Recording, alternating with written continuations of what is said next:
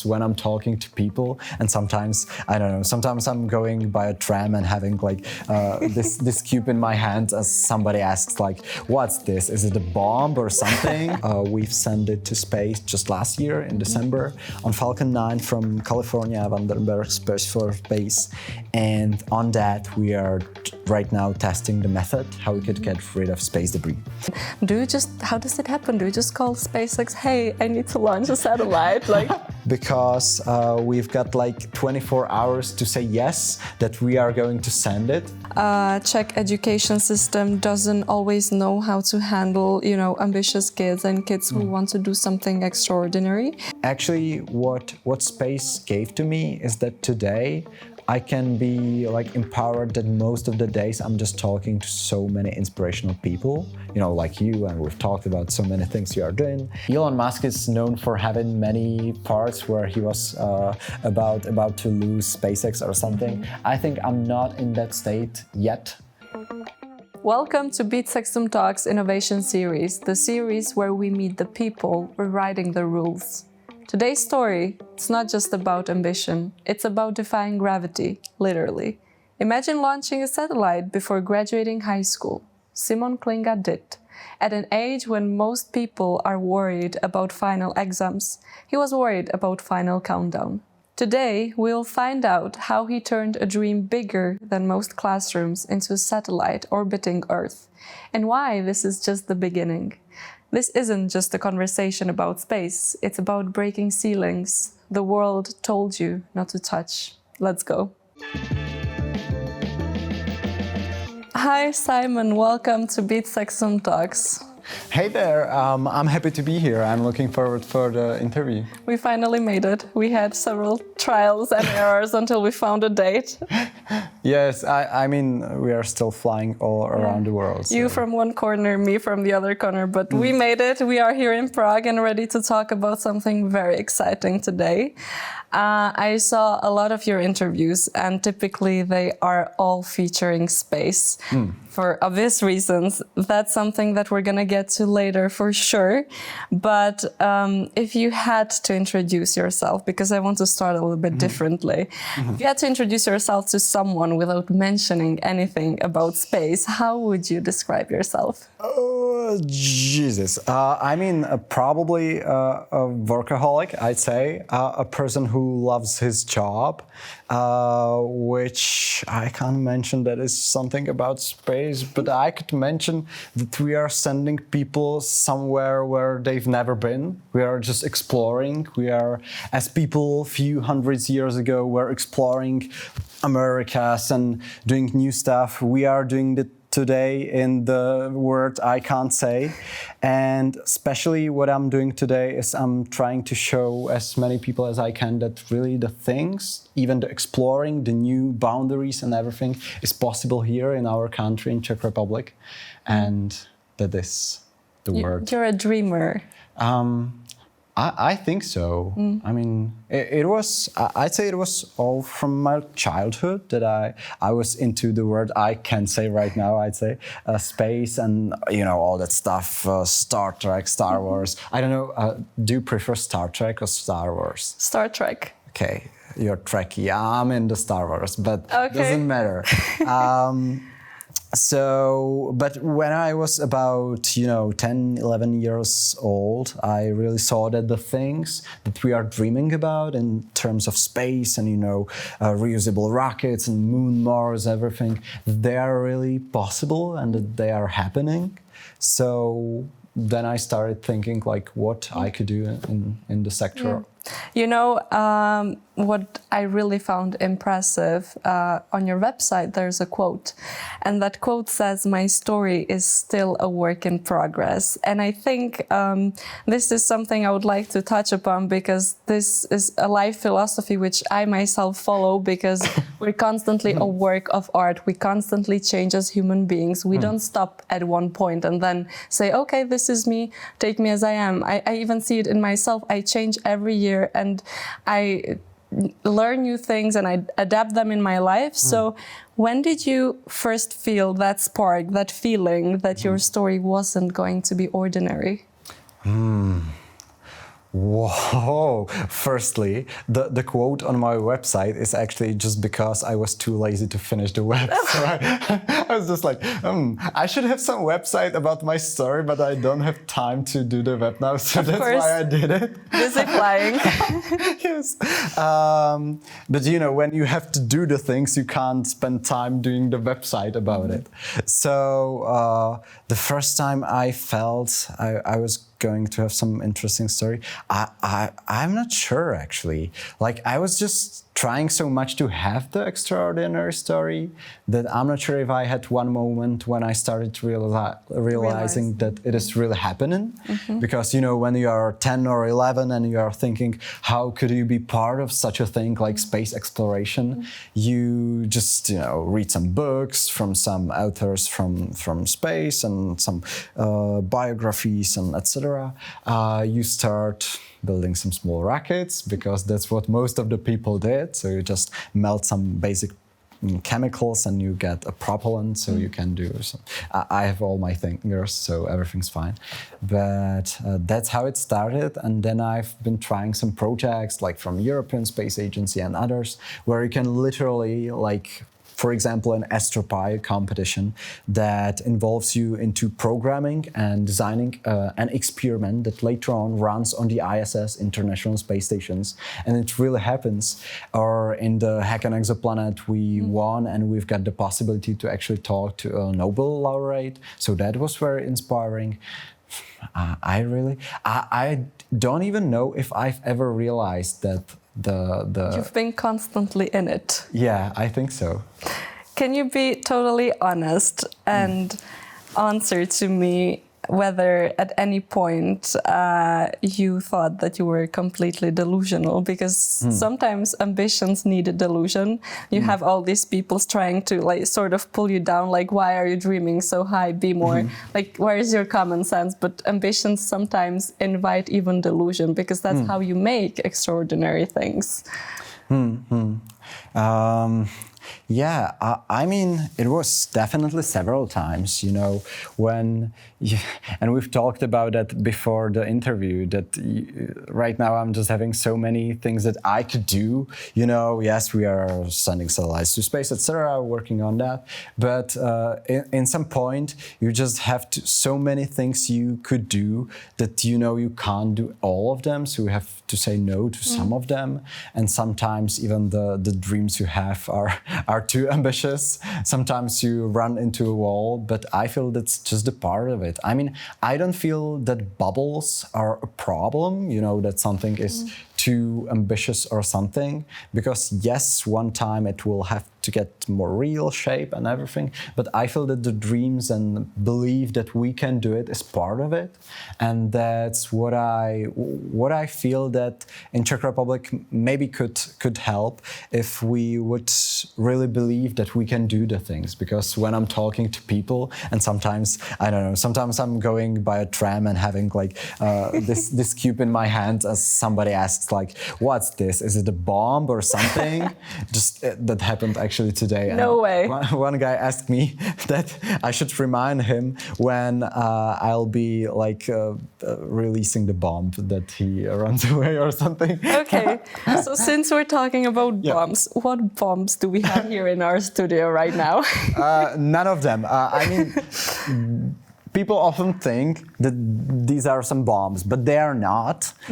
Those are actually models of a satellite. One is a satellite that was in space for about 3 years and got a software issue. And with my team, we've been presenting an idea how we could repair it and restore it.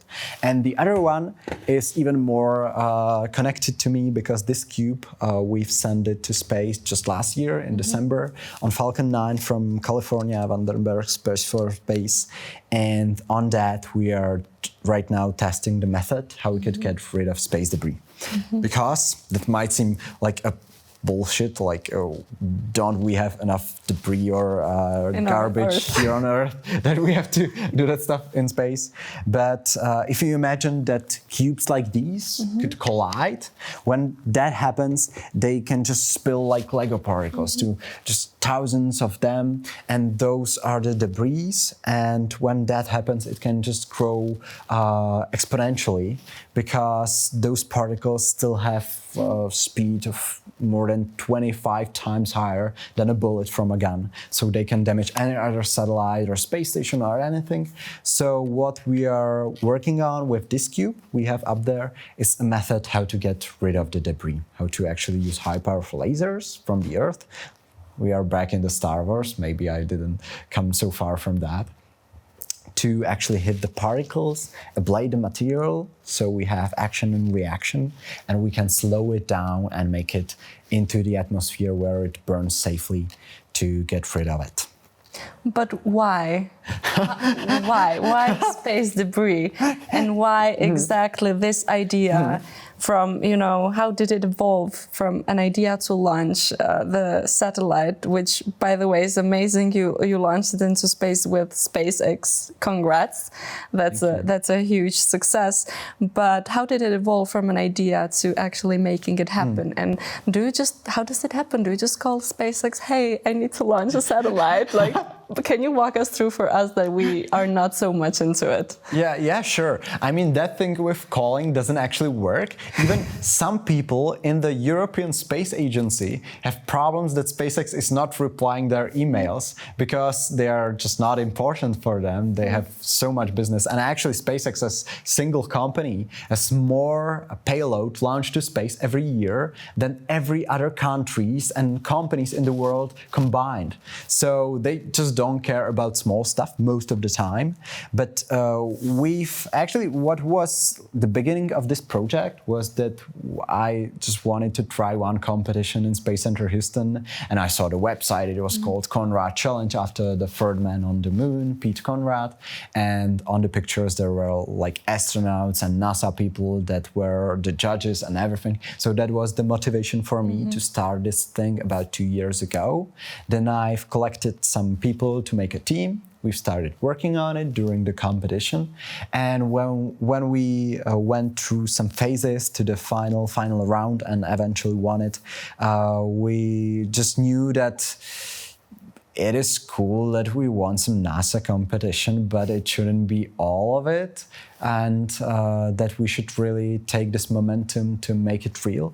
So we've started thinking how we could really make it into the technical phases, because it's not like selling bananas. It's, you need some one of the most powerful lasers in the world and super precision tracking to actually get the laser up there and everything.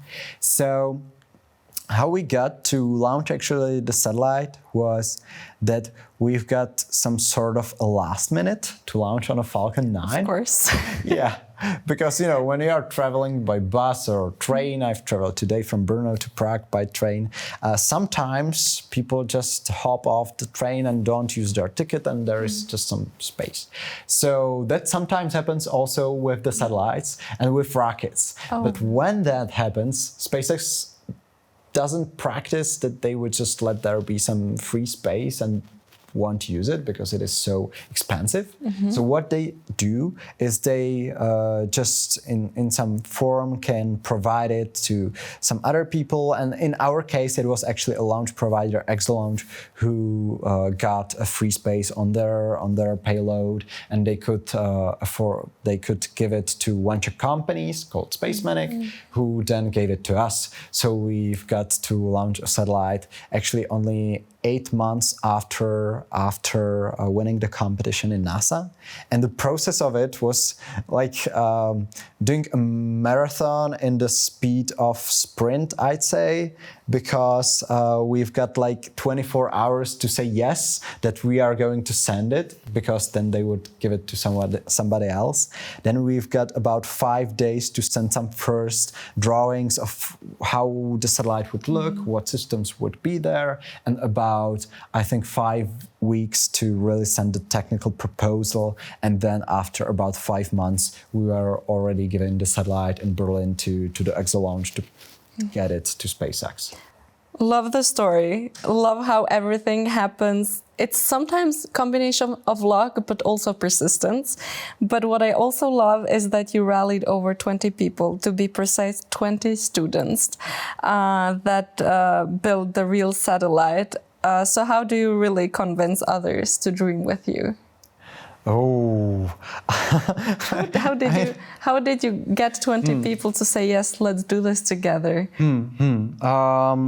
I think that what definitely helped was that we won the competition NASA, because in the competition we were in team of 5 and it wasn't that hard to get about 5 people. But later on, when people or the students that we right now have in our team saw that it is really happening and that just some students from Czech Republic can win in Space Center Houston, etc. They probably believed that we could do even satellite to space. So that wasn't that hard actually. But what was maybe more interesting was the part when we've got to really perceive even politics, that we are gonna do it and that we need money and everything, and knocking on the doors saying we need some 2.5 million Czech crowns, so not that much, but for some students it's a lot of money. Yes. So but it went well. I think they've just understood that we've done something, that we have some accomplishments,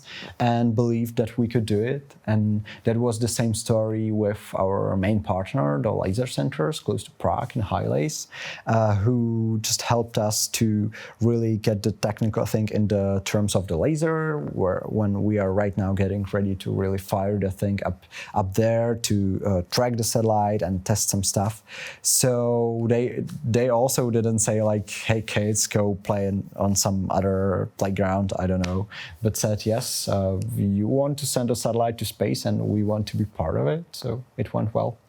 That's amazing. I mean, are you planning to grow your team even more, or what's the next step for laser, I guess? Yes, we'll be growing. Actually, we've started our onboarding just a few weeks ago, and we'll be doing some campaigns starting in a few months. So yes, we need more people because, as I said, for this we'll really need a lot of people, because it will take some time to really develop the technology. And it's not only about the project itself. I feel it's also about the Czech space, because right now the Czech journey to space is starting. We are aiming to send our own astronaut to space after more than 45 years. And for that we need a lot of people, and not only in our country, but also in Europe as a whole, because for example, what we are also aiming to raise is a new generation of people who will not only build satellites, but also communicate with them, for example, because there is not so many of satellite operators in Europe, and the companies just need satellite operators to have the people who really talk to the satellites, basically. And there's not enough of the people, so we have to import them from other countries, and it's hard and it's more expensive. So we are also aiming to raise that new generation of space people, and that's also the reason why we are aiming to grow. And in the terms of laser itself, right now we are in the position when we have this cube up there, and we are aiming to really test it. So we'll be firing with the laser. The cube will basically give us a feedback on how much energy got there through the atmosphere, because most of the energy will be actually absorbed by the atmosphere. And through this, we'll be slowly getting through some steps to develop it. We'll be having more and more powerful lasers to hopefully in a few years have it. For us who don't really understand on having a satellite up there, so how long will the process be now like? So you are with LaserSat orbiting the Earth. Can you walk us through what's going to happen in the next month? How long, like what's the roadmap looking like for you guys? Sure. What will definitely happen, and that's like a basic thing from a perspective of a person who owns a satellite, is that every week you have like 2 to 3 to 4 emails from the US Ministry of Defense, because they are sending you an email every time that the satellite is on a potential collision direction to another satellite. So that's just the funny stuff. You just have to reply to them that you've read it, but you actually can't do anything about it, because these small satellites don't have any engines or that stuff, any thrusters. So we can't do anything about it. We can only stress about it. I don't know why they are even telling it us. But every time you have the probability how possible it is that it would collide. And actually the closest approach we've had so far was, I think, about 18 meters, the distance between our satellite and some other. And it was so funny because there was the column probability, and there was nothing, and we were like, why didn't they include a number? But it went well. The satellite is still alive, and that's what will be happening. What also will be happening is that in about a half a year, we'll be really starting to shoot up there. So what data we'll get, basically, is that we'll have to really resolve that we need to track this small cube, because for the viewers, this cube is actually 1-to-1 in the dimensions, so it is so small up there in space, and it's not so easy to track it. So we'll have to work on that, and when we do it, we'll have the possibility to really hit the satellite, and it will tell us, yes, how much energy got there. And we have, what for me is the most important and most funny part of the satellite, is this small parabole up there, because in the center of it, in the real one, there is actually a nylon, and on that we'll be testing the ablation of the material, which could help us to slow it down. Ablation is just a fancy word for evaporation that we tend to use in space, and it will condense the energy of the laser to its center, so we have the possibility to slow it down. So that's what we'll be doing. But why space debris? How did you get to this point? Is it really a concerning problem for humanity? Are we ignoring it? Because we have, as you said in the beginning, we have a problem with pollution and garbage in our planet Earth. So why would we think of something that's in the universe? But can you tell us what's the danger, or what's the situation out there with debris, space debris, that humankind is actually creating? Actually, it is mostly about what space can give us back to Earth and what we could lose. Because today there is about 10,000 satellites like these orbiting up there. Some of them are bigger, some of them smaller, it doesn't matter, but all of them do something. And some of them give us GPS, that we can travel and have all the data, and GPS is also used in the army, so it has a lot of connotations. Some of them keep making images of fields that we can, because of it, make the industry of making food more efficient. Some of them are providing us with some better weather conditions that will be in the next days. So there is a lot of things that are not only about the exploration itself, that's also part of it, but about that space infrastructure that we don't see, because it's just some cubes orbiting a few thousands kilometers above our heads, or hundreds kilometers, is something that is helping us all days. And if the space debris would race, we could potentially lose it, because the problem with it is that it's just growing so fast, or it could, because as there is some air, but not much of it, the particles don't slow down. So when it collides, it generates even more space debris, and that can collide with something else, and it's like a domino. So if a thing called Kessler syndrome would happen, which is the domino effect of space debris, we could just get stuck from sending things to space for quite some time, and that would make us, have many problems in all the fields. And of course, for me, is the most interesting part is that we can really explore something new, and but today it's not only about that. It's not only about dreamers, but it is about the real things that space is giving us every day. What was the communication like, or the moment when you realized that you're going to work with SpaceX?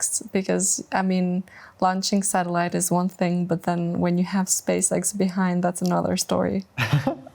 Yeah, I mean, it was a lot of fun, and we've got the possibility to go to the launch site when our satellite was launching, and personally, I've been like watching SpaceX live streams since I was really about 10 years old, and because there is the time difference, it was most of the time about like 4 a.m. in Czech Republic, so I have some memories from it, and for that reason, like really being there and talking to the people from the industry, from the company you've been watching for so many years, and really seeing the rocket itself, it was so amazing. I mean, our launch was actually about 4 or 3 a.m. So we've got the dark sky and in one moment you just hear the noise from the rocket, and you actually can't see the launch pad because it is behind a hill, but you just can see how the light is raising on the horizon, and in one moment you just see the shining ball of light that is about 3 times bigger than sun and is flying up there, and you know that something you worked on with your people is up there and is flying there, and you have even a problem with realizing that it is real and it is happening, because it's such bizarre that you are 17 and you are sending something to space. So yes, I think I'm still slowly realizing it in the upcoming months. You will be slowly realizing it still, because that's something that happens. I mean, I'm sure you're going to have more milestones and targets, but it's a milestone to always remember, especially when you kept watching them since a kid, the SpaceX launching. You launched with Falcon 9, right? Yes. For our listeners, how big is Falcon 9? It is about 70 meters, which is like, I don't know how many, 15-story building, probably something like that, which is a lot, but actually it's not that much in the terms of space or rockets or space engineering, because, for example, the rocket that got us to the moon, Saturn V, about 60 years ago, was 111 meters, so it was not twice, but almost. And Starship, that is developed by SpaceX today, is about 120 meters. So it's like a middle-class rocket. But the special thing about Falcon 9 and why it is actually the reason that SpaceX is dominating whole industry is because it's cheap, and it's also in the same time very like having not so many issues over the time, and that's very cool, because they could got it cheap because they are reusable. The first stage of the Falcon 9 is landing, and people might see the videos from it. It's pretty cool. We've already got used to it. They're quite precise in landing. I saw Yes, a cool they are. video landing in sea. Yeah, they are landing sometimes on the land, sometimes on drone ships. Yes. So they've got precisions in terms of meters, and they have just rocket coming from space, and that's so cool. And that made SpaceX, because then they can reuse those boosters, really drop the prices very, very much, so even high school students can afford to send a satellite. And I feel that really big things will be coming in the space sector in the upcoming years. I'm really interested about it, because Starship could really change the game, since it could make the price even lower and even more affordable for everyone. So it's interesting to think what it will make about the space, because even today, when you have missions like from Blue Origin, when Jeff Bezos about a week ago sent first full or female women crew to space, and We there had was Katy Perry there. So there is a lot of controversy. Yes. I'm hoping that it won't lead to people like thinking that it is just about some expensive trips because what space was from its beginning, or the space exploration or aeronautics, it was really about pushing the boundaries. So I hope that those things and events won't make it like another destination to travel to, but we'll see. Well, we'll definitely see. But for now, on a big picture, I would like to go back to Czech Republic because, I mean, you started here. And that's impressive because we tend to think that Czech Republic may be behind in space tech. So maybe is Czech Republic stepping up as a serious player in global space exploration? What can we expect? I think that it's definitely getting better right now. You know, for about 45 years, we've had no one from Czech Republic flying to space, and now we have a real chance to do it in less than 3 years. Many companies are established in Czech Republic newly that are in the space sector, in Prague, in Brno, and other cities. And I feel that like the space sector is still like some family, because you know all the people kind of, because there are still only a few hundreds people working on it in Czech Republic. Everybody knows everyone. For me it is literally like a second family. But I feel that the things that are happening today, that we can really show that Czech Republic is today a place where high school students can send their own satellites to space, where high school students can fly in microgravity, because only about, months ago, we've got a zero-G flight, which is basically you've got an Airbus, you have no seats there, you have just some soft pillows everywhere, and it keeps flying in some parabols. And when it flies down, it kind of simulates the fall-in, so you can feel the microgravity and be just flying in there. You wouldn't feel it if you would just jump out of the plane, because you would feel the air, come in. But you're in the plane, it deflects all the air, and you are flying in the weightlessness for about 22 seconds. You do it about 16 times.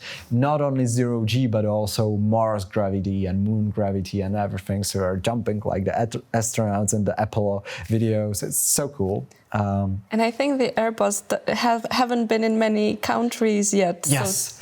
It was actually only Czech Republic was the third country in Europe where it was. So we are kind of in the first line, I'd say. And this possibility was here for about 26 students who's been for a half a year competing to get there. There were about 860 applications, so they've got to went through the application process and they've got there. So, and when I saw their faces, when I was at the announcement who will be flying, and they knew that they are going to fly there, I just felt that we have so many new people coming that could really change the perspective and the industry of the Czech space. So I think that we can do it. Did you see in those faces the next generation of leaders in space tech? Yes, I think so. And I think they will really not only be good by themselves, but yes, be leaders and lead the others. Because right now the kids that went through the process, they are going around the schools and telling other students about what they've felt in the microgravity and how was it. So I feel we need projects like these. Like many people often, when I'm going by the public transport and somebody asks about a satellite. The bombs. Yeah, they often, when I tell them it's a satellite, we've sent it to space, they often ask, why? What is it good for? Why should I spend my tax paying for this stuff? Which is a good question, but I feel that it has a reason, and that is we can really, by those things, I don't think spend so much money on like inspiring so many people. I think it is just needed for us. Takes little sometimes. Yes, to really realize that it is possible. So this is just the reason why I think sending a satellite to space makes sense. And one part of the mission of the Czech astronaut Ale Svoboda to space is the scientific part, trying new Czech experiments, everything. That's part of it. But also, even more importantly, there is the next generation that could be inspired by him flying to space.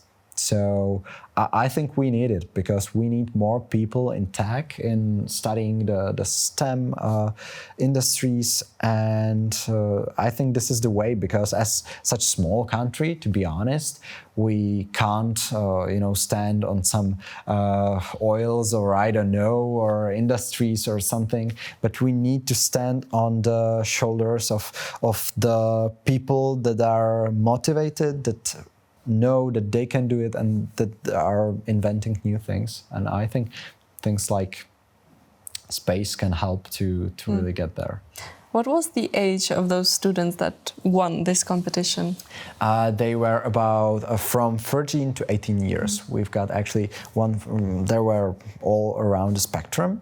Actually, when you've asked this, it isn't to the question, but to just illustrate one story that I will remember for a quite long time from the zero-G flight, was one boy who is, I think he was one of the youngest in the flight. He's, I think, 14, but I'm not sure. And he was actually talking. He felt sick on the flight because, when you are flying like this, some people, it just doesn't work well with your stomach and everything. So he was sick for most of the flight, but he was just still so happy that he could be there. So that was very inspiring. So it's predominantly high schoolers. Yes. That's a beautiful thing, because when I was in high school, we didn't have these opportunities, and that's not a long time ago. But I'm happy that we're bringing this to Czech students, and I think you're also a great inspiration to them. And what actually leads me, and why I'm mentioning high school, is because sometimes I feel like Czech education system doesn't always know how to handle, ambitious kids and kids who want to do something extraordinary. So I guess I wonder whether you have been supported or rather underestimated during your school years, and how is it like for you if you have to be in all of these places, and you have to be in California launching the satellite, but you're waiting here. Homework is waiting here for you in Brno. Like, how do you balance this out? Yeah, sometimes, as we've discussed before this interview, it's a bit hard because, I'd like to say yes to everything, but I can't, which is depressing me sometimes. But I feel that most of the time I've had people that supported me, because if I wouldn't, I just wouldn't probably be where I am. I feel that at the beginning, yes, of course, you need to pursue them, that you are gonna do it, that it makes sense to not be at school or be somewhere at some event or something. But through the time when the teachers and the headmaster and everybody saw that some things from it are coming, some accomplishments, they just started believing me. So I feel today it's pretty good. I don't really have to fight with any people. I only have to fight with the time I have, which is not enough. Yeah. So I feel that I know maybe when I was smaller, or when I was about 10, 11 or something, I was more tending to be hiding those things from the teachers and not discussing it openly. But older and older I am, I feel that the teachers really will understand you when you tell them all the reasons and the meaning behind it. So I feel pretty much supported, actually. That's amazing to hear. Especially because, I had high school in Prague, so I don't know what it's like outside of Prague. So you coming from Brno is also amazing to see that you are supported. That's amazing. Simon, how about we go into your mind a little bit? Sure, let's go. I don't know if you want that, but let's dig in there to see what we can find, because I was wondering, what does a typical day look like for you? If there are some small rituals that fuel your goals and your mission and keep you driven, to not give up. Actually, in the past, I did not have so many rituals, but then people started asking me, do you have rituals? And then you had to make them up. Of course. So I have them. So you made them up. Yes. Let's go through them. So, I'm like my day. I'm usually waking about 5:30 a.m. Then I'm usually going to gym because for most of my life I've been just into the space and I haven't been moving so much and doing so much sport. But I'm like, if I don't, all the time I was telling myself, you'll do it when you have more time. But I'm just having less and less time. So I said to myself that I won't ever have more time than now. So I need to really change it because if I don't... Make it a habit. Yeah, it will be for all rest of the life. So I'm going to gym about 6 a.m. to 7 a.m. Then I'm going to school or... Sometimes I'm trying to right now, really. Should you be in school today? Yes, I should. I should be right now. Well, sorry, teachers. If I'm not in school, I'm typically, talking to you, or we are in laser centers doing some experiments or something, or going to the launch event, or I've been in Japan at the World Expo about a week ago. So that's when I'm not at school. That's the reason. Many events or something. Sometimes it's more about the text. Sometimes it's more about the popularization. That then you have to. Sometimes I even go to schools telling the students what we can do, etc.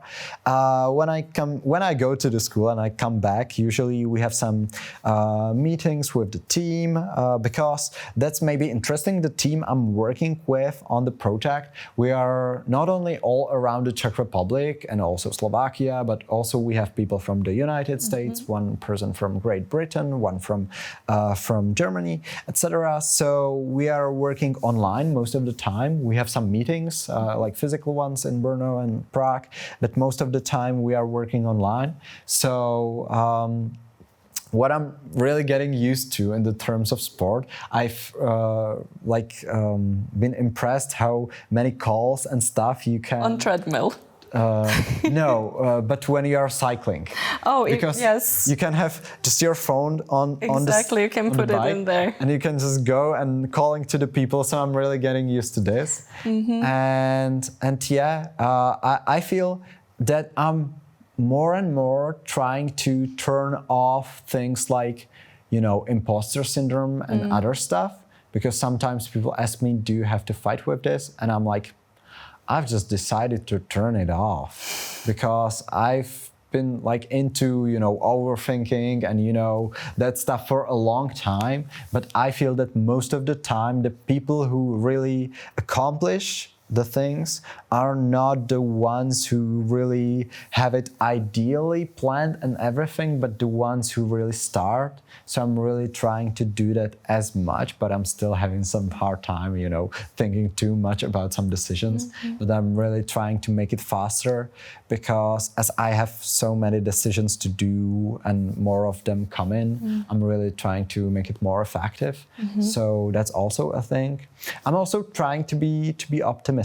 I think I tend to be. I think actually what space gave to me is that today I can be empowered that most of the days I'm just talking to so many inspirational people, like you, and we've talked about so many things you are doing.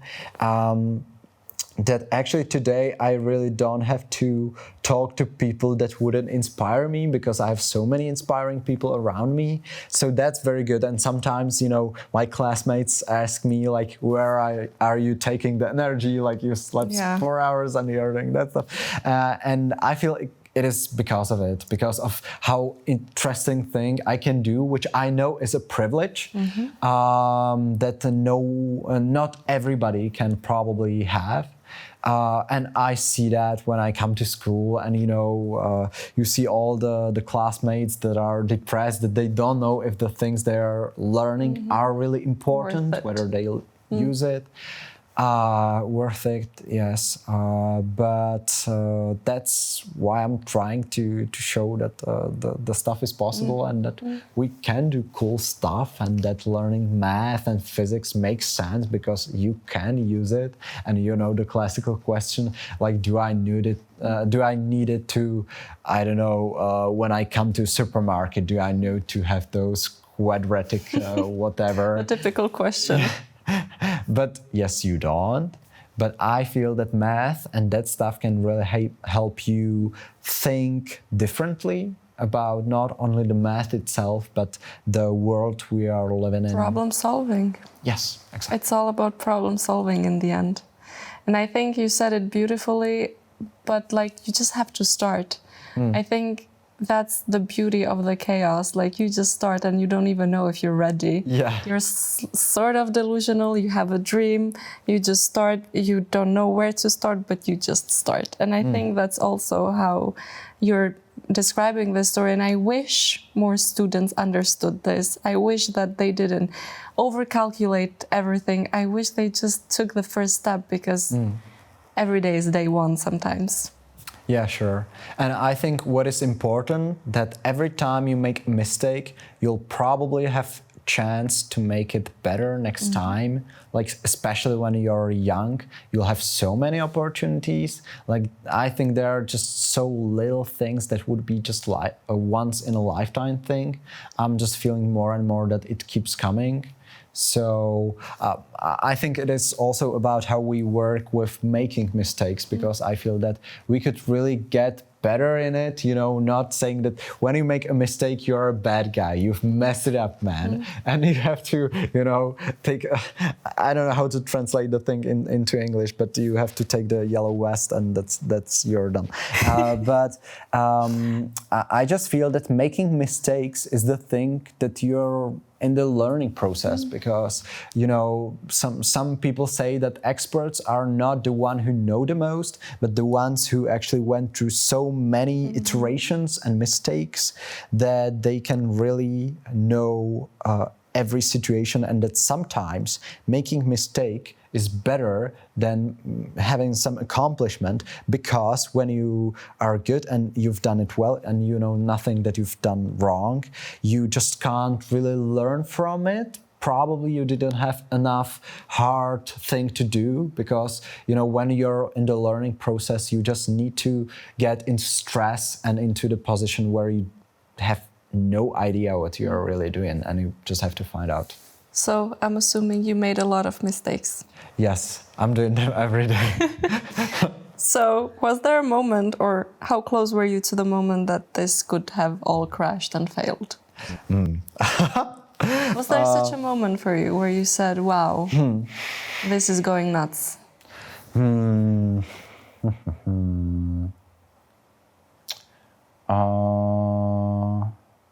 not sure. Maybe I've had too much luck, to be honest. Because yes, like there have been many things that I could have done better, many competitions that I, for example, didn't won because I could have done something better. And it's all the time, but I don't actually feel I've got far enough in the process to really like have the one thing that would really be a drastic problem. Because yes, I'm just feeling that yes, something we could have, you know, messed something up about the satellite and it could not work or something. It could happen, it did not, so it's good. But even if it would, I just feel that we could have the possibility to launch another satellite or something. I feel that, you know, Elon Musk is known for having many parts where he was about to lose SpaceX or something. I think I'm not in that state yet. But you welcome it, which is so important to have that open-mindedness. Actually, I'm right now, and that's to the topic, feeling that I'm just happier than ever. And I'm thinking whether I shouldn't just start risking even more and doing more, because it seems to be weird. It seems to going too well. Yeah, too well. Where is it gonna crack? All too well, and we should mess it up somehow so we can learn again. Yeah. So Tell me, because books often leave, an imprint on our dreams and goals and missions. Is there a book that has shaped your thinking a lot? Or books? I know that Star Trek has inspired you. Yes. It's actually Star Wars. I mean, Star more Trek. both of them. But is there a book which has shaped your thinking and perhaps you would like to pass it on to other people too? It's like a portal. I really love some dystopias. So I really love George Orwell and 1984, and I really love Ray Bradbury, his Martian Chronicles and that stuff. I love that because yes, it is mostly about the not so good vision of the future, but I feel that's so inspiring that it is just a vision and we can really model the world where something has gone wrong, so we can really notice when it starts happening. So that is I think the books I like the most.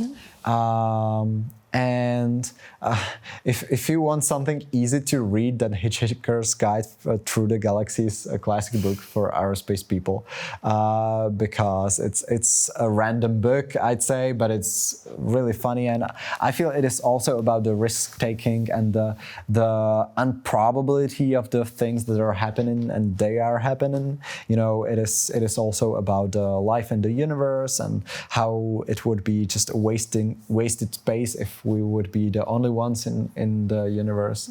So yes, I think dystopias and then some random stuff like Hitchhiker's Guide. If I would be more specific, the most important, and it is more and more controversial today, but I still feel that the first book about Elon Musk from Ashley Vance that went out about, I think, 8 years ago, maybe 10, I'm not sure, that really inspired me, because still I feel that the things that he accomplished with the companies, and we can talk about the ways he did it, and definitely sometimes he went maybe for some people too far, but what SpaceX did, and yes, of course, they still have like most of their budget from the administration, so it's not like they would be from nothing, but how they could, as a first private company, really get astronauts to space, and they could revolutionize the reusability of the rockets, drop the costs down. I think that's so inspiring, and the part of the risk-taking in it is something that is driving me, and even today. How about Elon Musk as a leader, or his approach to leadership? Do you also find that inspiring and motivational? It's probably hard for me to talk about his approach to the leadership, because I'm not sure. But what I think he's good in the terms of leadership is the motivation of the people that might not even know him like personally or something. I don't know him personally. But I feel that the things he's doing are just making us really look forward to the future, not maybe today because of the stuff he's doing right now. But in the terms of SpaceX. Let's look at the space only. Yeah, that would be good. In the terms of SpaceX, that he's really, dreaming beyond the borders, and his approach that he's not saying like, well-being and, you have to sleep enough and that stuff. He's telling, give it everything and do the stuff that you like the most and give it your life. And he wants from the people all they have. It's a bit hardcore mode, but I tend to like that actually. I agree. And I feel that's just the reason why they could have done what they have.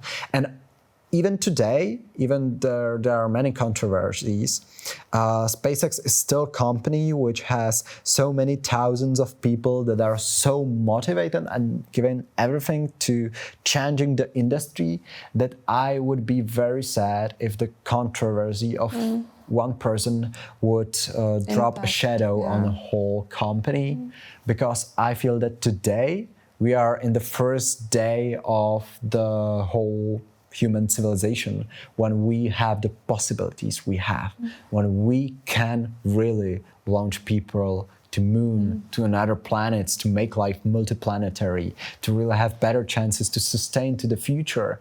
And it's not only about sending people out there, it's about what it can give us back. That I feel that, International Space Station, for example, is one of few closed systems of human working. It is not like open system like we have here on Earth, when you can go anywhere and you have a lot of space. It is very closed system where you have limited water, limited air and everything, limited food, and the people just have to somehow work it out.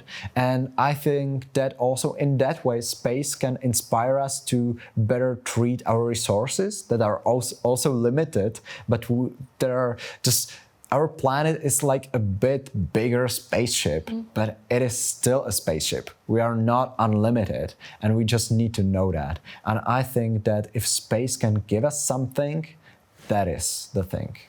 What do you think space can give humanity? I think perspective of a future we might love, of a future that will really look like the future. And so you're not haunted by it? Yes, I think so.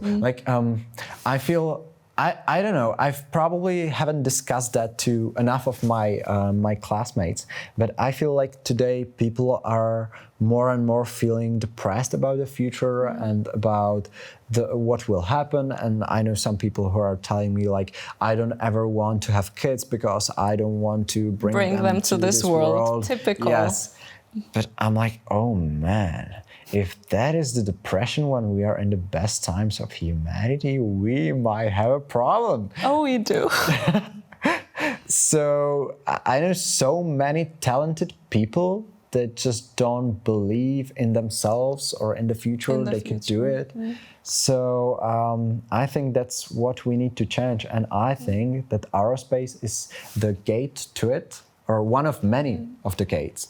But I feel that we really need more people in science, that we need scientists to be rock stars. Yes, because to popularize it more. Yes, and because I think why are we living such a good lives as we are? Some people might think we are not, but we are objectively having the best times in the humanity. Yep. It is because of science and because of scientists and their work.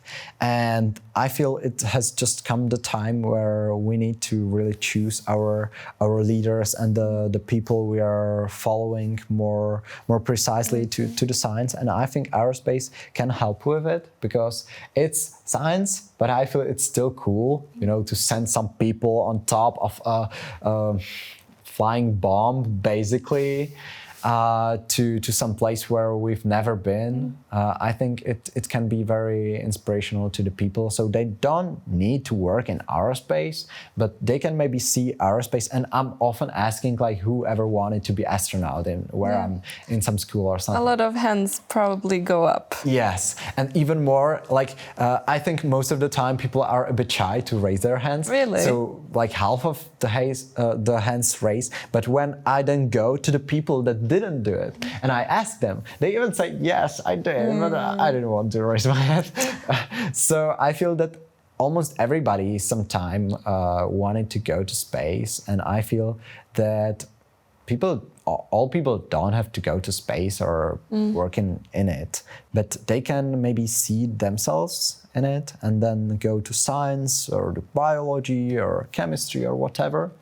And I think if we would have a bit more of scientists in the world, it would be a better place. Yeah. A better place. I mean, historically, we've had leaders which were not scientifically based. So how about we give them now the space? How about we try to have leaders with science background? Why not? Maybe the future will look brighter in the end if we have them in leadership positions. But I want to stay still a little bit in the part of facing skepticism and, overcoming obstacles, because it's part of the journey that you're had to. And I was wondering what were actually the biggest sacrifices you had to personally make to get here where you are and where you're going, because, it's, as you said, it's still a work in progress. So we can go by the list of things you can just skip. You can skip some of the sleep. Sometimes you need to do that.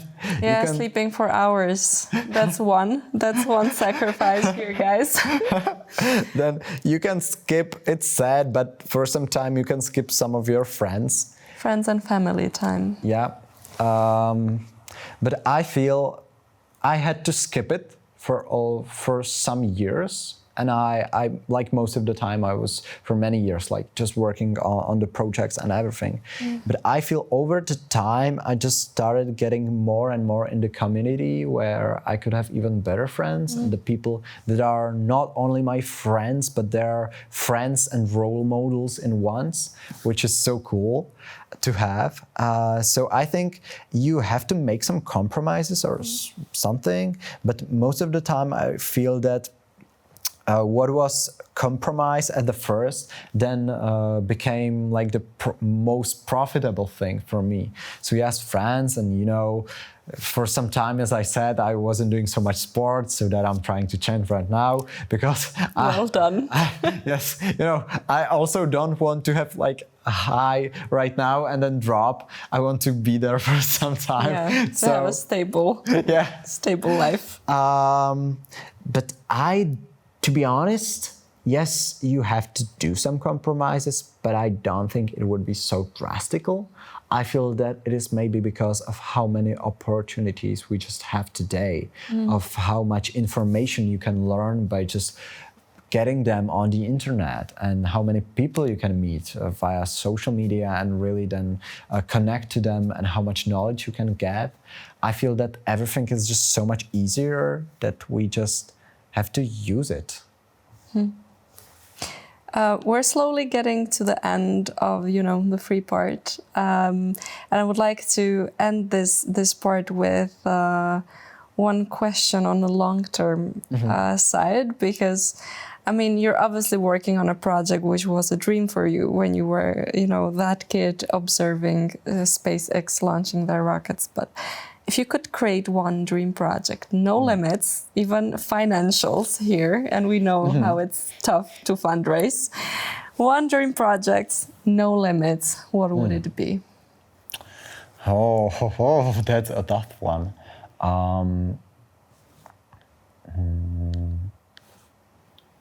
I think it would be sending highly motivated students to space, because I feel like today we are really aiming to send there a professional, an army pilot, like a person, Alice Svoboda, who is flying on Gripens, will be flying on F-35s, which is cool. And I think it is important and that it can help many people to be inspired.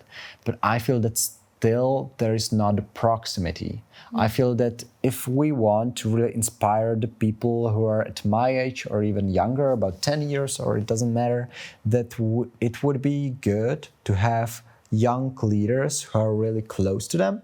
So I feel if we could do more of the stuff like showing that if you do this, you can get there and you can get even to space.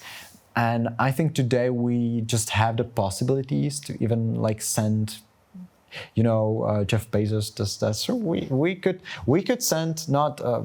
It was a good thing, sending a full woman crew, but we could send full student crew. And I think if we do that, people would just start knowing that it is real and that it is happening and the future is just coming true.